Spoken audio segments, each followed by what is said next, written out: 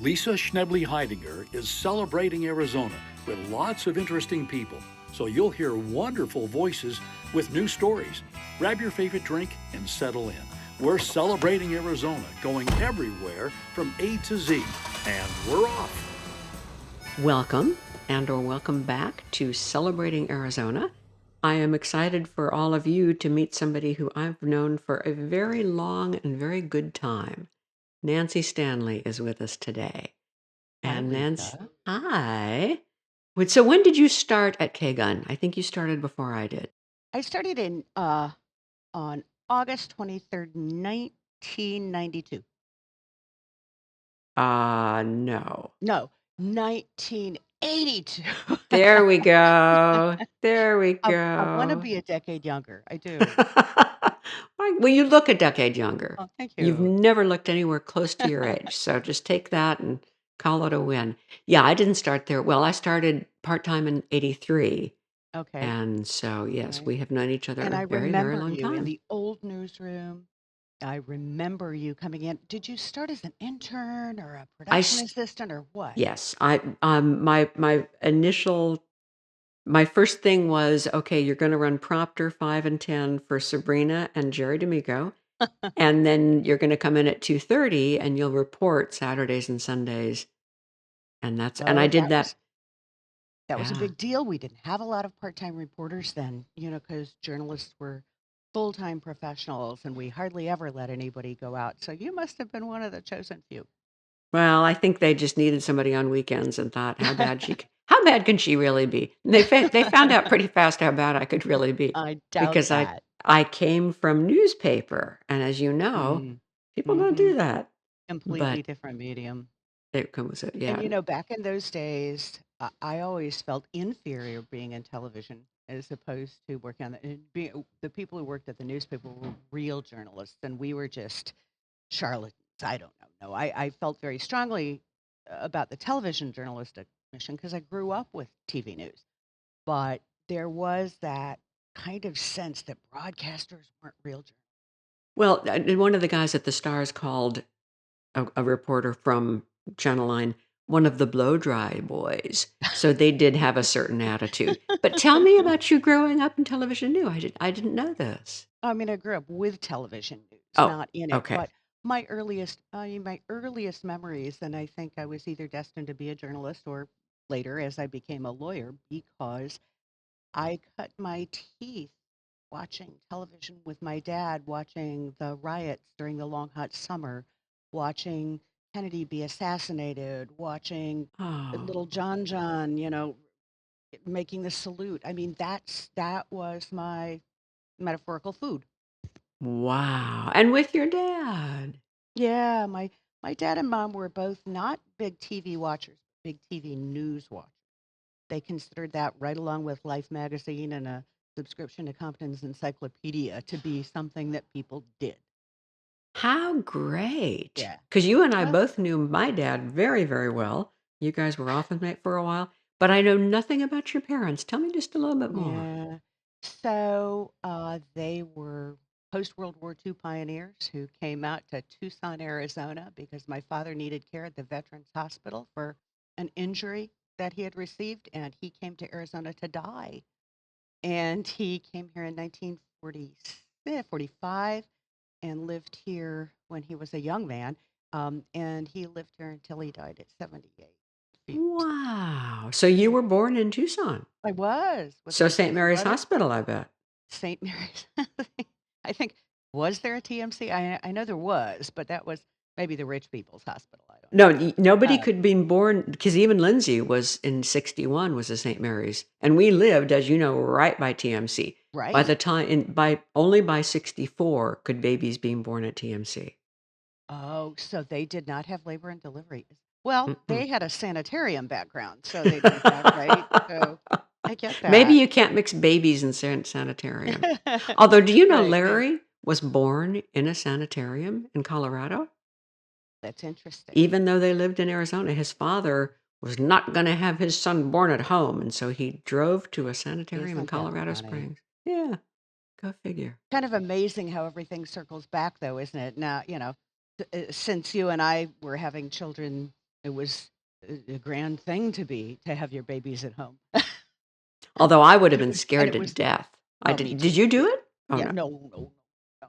no. So, by the second time at 41, my OB would have, let me done it on atop an elephant, I mean, I was a easy pregnant person, and I That's could have done that, but I didn't. nice. Yeah. That's very nice, especially at 41. Good for you. I was 35 Yeah. and 37 having Well, we them. both shared that, advanced maternal age, That's right. Yeah. And then they had other numbers but specifically this pregnancy, fill in the blank. Well, let me tell you a little Tucson story if you don't Oh, good. mind. I I don't love want a to get little us off Tucson track, but story. okay. So I was in the labor and delivery room at Tucson Medical Center, and a woman, and I was in the theater, and the woman busted through the door and she's laughing and she said, "Okay, what's the funny thing?" Her name was Nancy Stanley. She was a surgery nurse, Really? and she thought they had put her up on the having babies list for the day. And Oh so my she thought it was a joke. gosh. Now, how It have was you funny. ever met another Nancy Stanley in your life? No, I got bills for one of the Nancy Stanleys, not the one that was in the, OR, but, yeah, no, I got bills for a long time from another one. Okay. I'll I be just hope there. somebody didn't get any of my bills when I was young, so So we also share a past of it taking us a while to figure out how money actually works, which is, yeah, if you don't have it and you spend it, yeah, that's not so good. I'm still trying to figure out how money works. I still kind of am too. But we have other skills. We do, we do. So, did you stay in Tucson or return to Tucson over the course of your No, life? I loved Tucson very much, but, I had a little too much fun in college and couldn't get into the law school here. Actually, I was accepted 7 days after the semester began where I ended up going to law school. So I left, in 1989, went to Buckle on the Bible Belt, Southern Illinois, went to school there, enjoyed living someplace else, but Tucson was really my home. And Okay. so I came back after law. So you and I both left KGUN in '89, I left KGUN. Oh, let me think about this. Yes, that's right. Yes. and you went to law school, and I went to Hmm. Channel Three's Bureau in Flagstaff. I guess I do recall you making a move at some point. Yeah, I think Right it about the was same around time the you time I was did, leaving. so Yeah, yeah, I yeah. left in, I think, August. And your father, who was my dear roommate, best roommate I ever had, office mate, I should say, office mate. Um, and we were in an office the size of a postage stamp You together. were, I remember And he that. would lean back, he'd swivel his chair around after a sales call and lean back and put his saddle shoes up once in a while because he wore saddle shoes. And we Absolutely. and we just talked. And I was thinking after you and I talked briefly before this that he was the first real grown up, not of my generation, that I think I had a really honest, deep relationship, deep friendship with. Mhm. Lovely.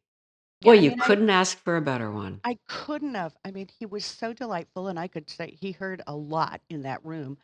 Um, and I never felt, he was such an exceptional person in that he didn't judge. Never. I mean, he might have judged And me as he a child. adored you.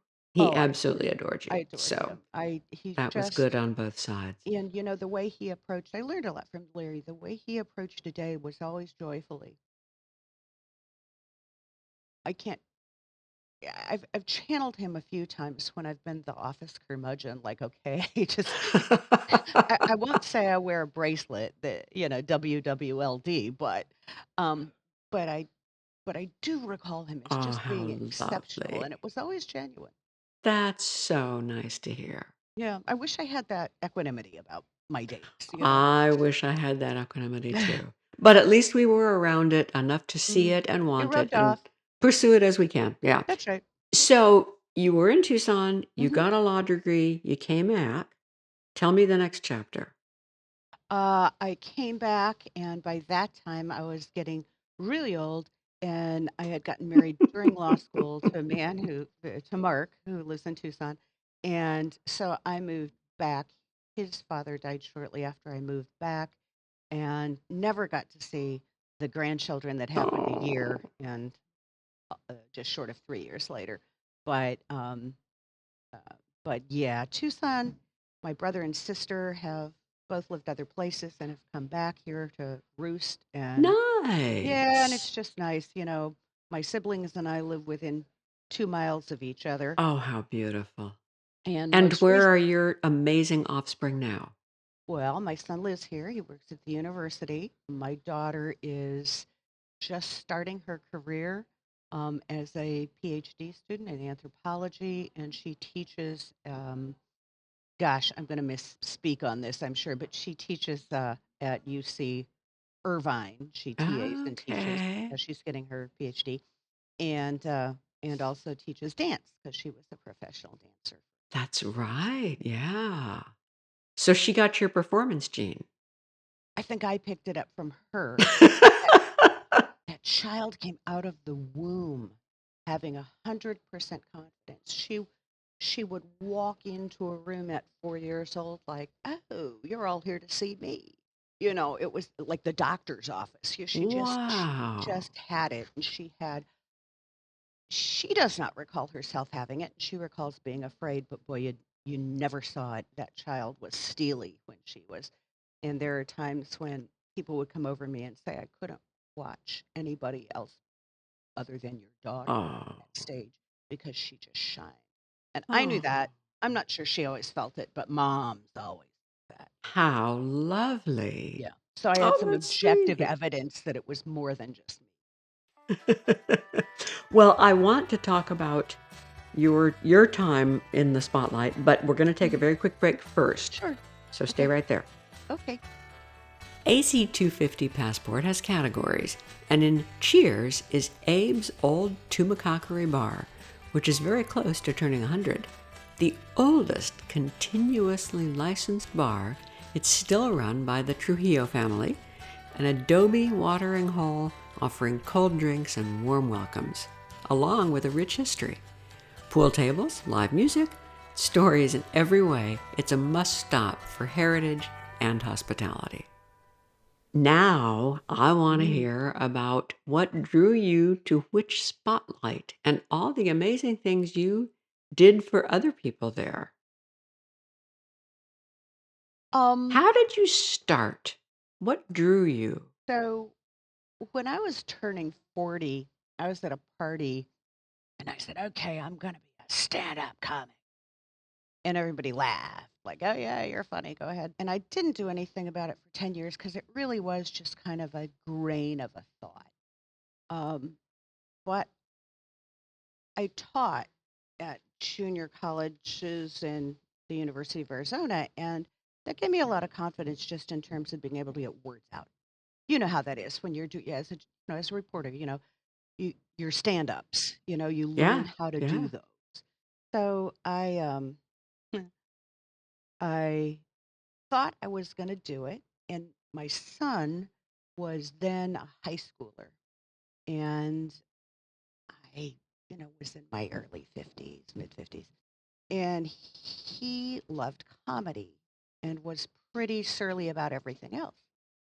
So the way we bonded was around comedy. And I'd watch his favorite comedians and I'd say, "Oh, did you hear what so and so said?" And he really liked the comic Lewis Black. And so I got him tickets to Lewis Black for his 15th birthday.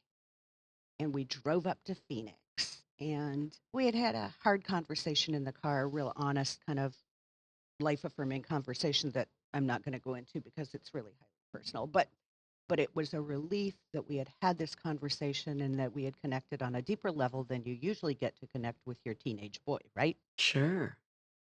And we get there and they said, "Oh, you're not in row H. We had some seats up front, so you're in the front row." And I Whoa. sat there basking in the relief that I felt, and the flow that I felt from having really connected with my son, and now we're in the front row.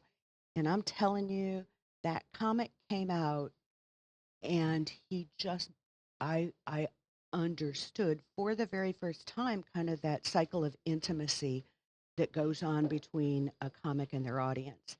And I literally said to myself so loudly that other people could hear, and my son gave me a really dirty look. I said, I want I want.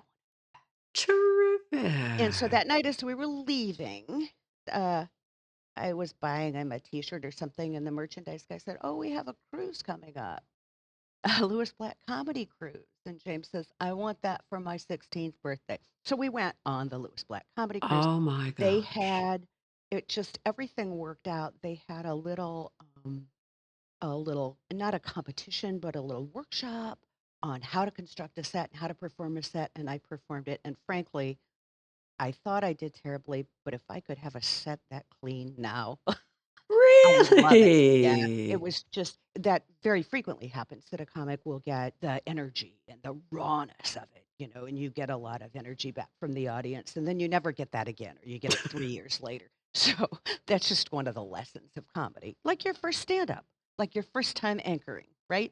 So then Oh, you yeah, went sorry. on. So I did open mic here, and the folks at Laughs in Tucson were really good to me, and they gave me time before I was really, before I'd earned it.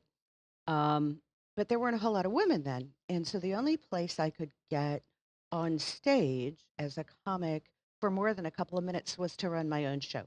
So I started a show called The Estrogen Hour, and with my best friend Mary, who was then raising money for the Leukemia and Lymphoma Society. Now it's called Blood Cancer United. And she was making money to honor her deceased brother-in-law.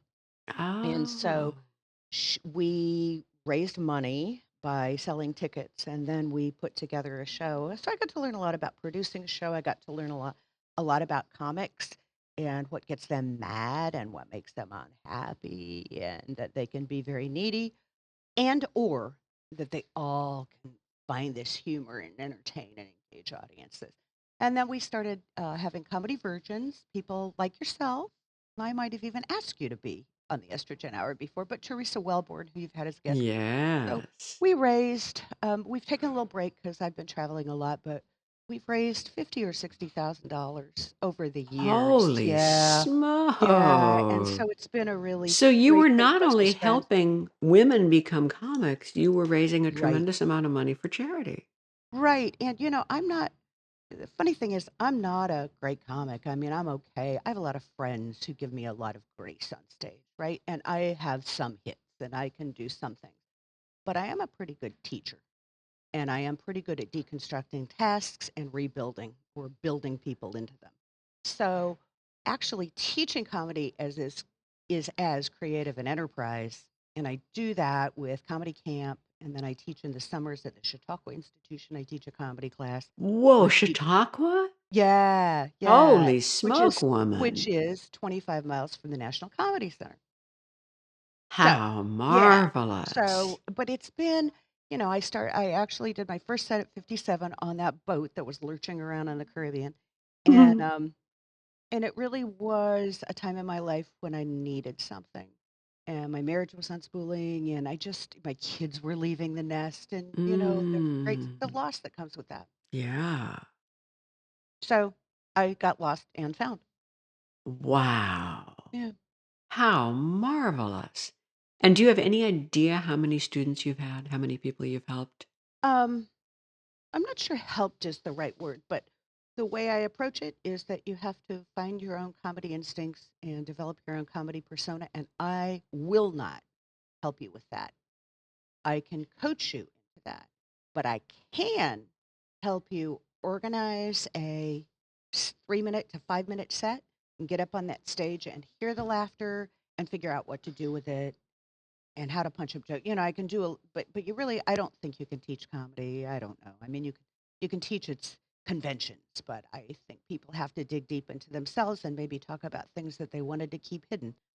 Oh, I don't interesting. know. I would say, between classes, probably 400 people.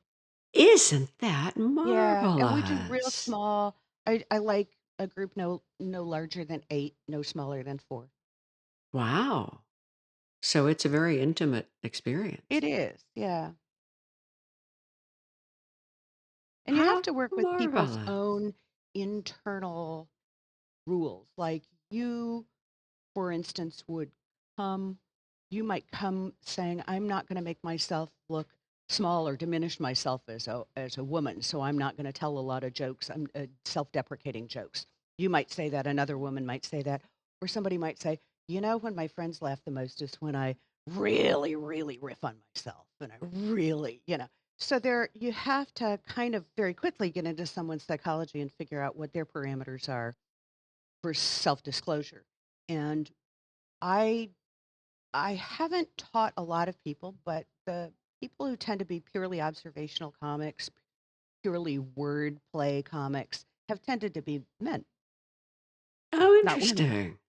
Women do much Interesting. more. They naturally do much more self-revelatory stuff, which Well, kind of makes women, sense when you think yeah, about it. Yeah, women communicate. I forget the right, percentage of little kids, but girls and boys, girls, most of their communication is verbal, and boys, most of it is making noises. And I right, mean, so that which makes right, sense. That right. makes sense. Yes, it does. And do you still perform? I do. I've only had a few shows. I've got a show coming up at a place called Uncorked, owned by Sally Shamrell and her husband Glenn, on March 8th. Oh, Yep, good. yeah. But Terrific. and then I perform in the summer a few times at Chautauqua, not on the big stage, but at the Women's Club as a fundraiser for student scholarships there. I didn't do open mic here this week, but I usually pick up an open mic or two here I'm in New York right now, and the talent that you see at an open mic in New York is extraordinary. So it really is the magnet place. I That's where the think top so. I is. think that's what it is. It isn't that people live here or any funnier. It's that New York draws people here if they want to start in comedy. Interesting. Okay. We're going to take the second break and then we're going to come back and I want to talk about the other things you do with your life. So hang on. We'll be right back. Okay. The San Carlos Hotel in Phoenix is an Arizona 250 passport treasure, opened in 1928. Famous for its Italian Renaissance style and the city's first modern high-rise hotel with steam heat and air conditioning. On the National Register of Historic Places, it also boasts a 24-hour fitness center and a rooftop bar with breathtaking views. Famous guests could include you and do include Marilyn Monroe, Clark Gable, and Mae West.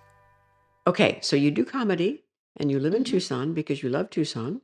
I do. What are you doing when you're not teaching people comedy or doing comedy yourself? You travel like nobody I know. Mercy, Well, you I travel. I do, and that's a really hard follow to. Oh, I love Tucson so much that I leave it Hmm. virtually all the time. Uh, But you always my come home's back. in Tucson. My heart is in Tucson. My stability is in Tucson. My siblings are in Tucson. But ever since I was built to see different places, I just was. I mean, I always wanted to go when I was a kid, and I came from a real lower middle class to moving up in the professional class. My parents were both elementary school educators, and Okay. so there wasn't money to like jet off somewhere. I don't know if you were like me. We lived in similar neighborhoods, but there was a lot of hamburger in the summer Oh, yeah. because my parents only got paid during that was when they only paid teachers during the months they worked, Oh, shoot. right? And they were saving for college. And so I did not grow up poor, but I grew up frugal, um, That's a good word. which actually turns out to be an incredible gift because right at this very moment, as I'm talking to you, I'm in the basement of the Hosteling International Hostel in New York City, the largest hostel in the world. Really? Um, Congratulations. and I've figured out, I think, how to travel. I never was a person who said, "Oh, I'll wait till I have enough money." I figured I'd never have enough money, so I better get out there. So since I retired 3 years ago, I've pretty much been traveling as much as I can. Um, that tends to be about 150 days of the year, but that includes a summer in Chautauqua. That is Yeah, marvelous. To yeah, do what you want to do when you retire is yep. fantastic. And my budget's under $100 a day, and that has to include my transportation, my lodging, and my food, airfare I save up for. That's what you So should be giving classes in. yeah. Well, I play the points game. I play a mean airline points game as Okay. well. Um, but yeah, I think I figured out how to do it to my comfort level. Virtually none of my girlfriends would travel with me. None of them, not a one. They Oh, because they you're find better at shared lodging to be a little bit okay. and, yeah, I stayed in 4 and 5-star hotels too, but if you wanna travel and you have my retirement income, you have to do it on the cheap. That's marvelous. Yep, How great. So yeah. when you are in Tucson or when you're in Arizona, tell me what you love in Arizona and in Tucson. So, I live really close to where you grew up. I live just on the other side of Glen, just on the other side of Craycraft and Glen. And so I'm not a I hate to say this, I'm pretty sedentary, but I love Sabino Canyon. I Oh, love the way any desert smells. So I can walk the Pantano River Park. I can, a- any of, I, and the sunsets are just incredible. I have a view away from that. So often you'll find me in my front yard with a chair, looking very odd to all the neighbors, but catching one of those beautiful sunsets. And I've seen some pretty beautiful sunsets, but boy, ours are still stunning. I think so too. Um, just stunning. I cut back on a lot of volunteer work because I didn't feel like that was compatible with traveling. So That makes sense. I'll Yeah. pick up special projects and that kind of thing because I think our community is exceptional in terms of just its community spirit. And I've been won't get into it, but I do some political action. Um, which is important to me and always has been. And you would expect that from somebody who taught political science and law. Man, that's So great. yeah, I see my brother and sister at Beyond Bread or Prep and Pastry every Beyond couple of weeks bread. for Sunday breakfast, Oh, nice. and yeah, and occasionally I will go down to Nogales, which going to Nogales, Arizona, when I was a kid was like the greatest thing when my mother would wake up and say, "Oh, I'd like to go down and get some more placemats." Or I'd like to go down and do this and that. And wasn't it exotic Oh, yeah. going down there? Of course, we would drive across and park and we would eat at La Roca, which was like a grown-up Yes. restaurant. Uh, Yeah. so I just have and I can remember, they had some killer stores, Capons, and I Yeah. forget the other store that had like young women's preteen, tween clothing. And it was just like I might as well have been at Bloomingdale's when I was Oh, those memories are so good. Picnics at the Mission at Tumacacari and just really? yeah, yeah, my parents, for not having a lot of money and my dad from his health wasn't so good all the time I was growing up. But they sure made it fun for us. Oh, lovely.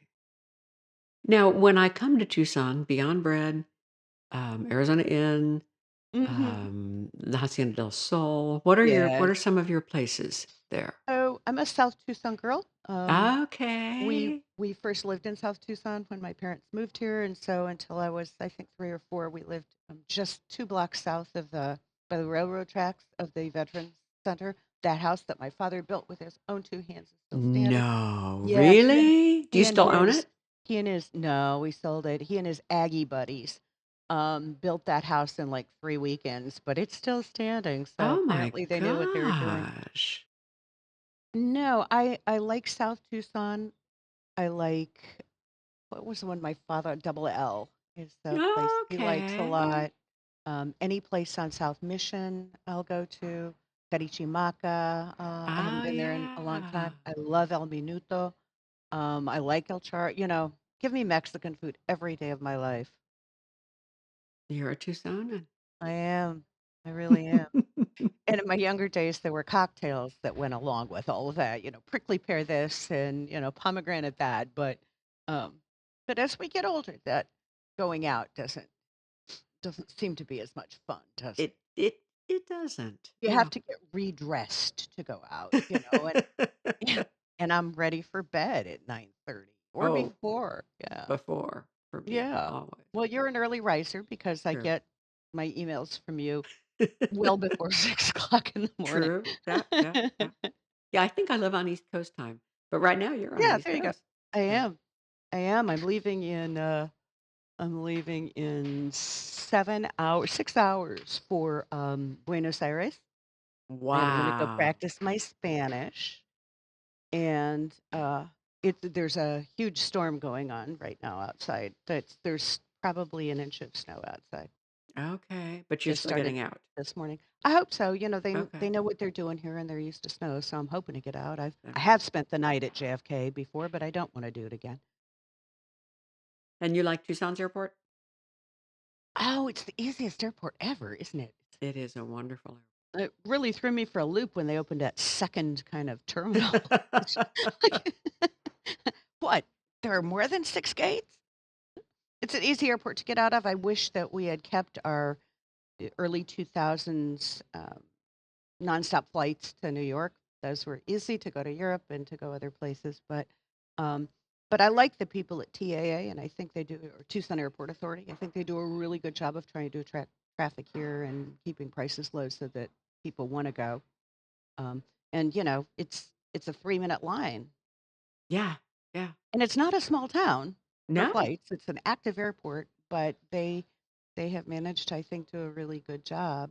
Um, also, I worked for the City of Tucson Film Commission, and so that, um, I forgot that. yeah, and so that let me see some really interesting neighborhoods when we were location scouting, and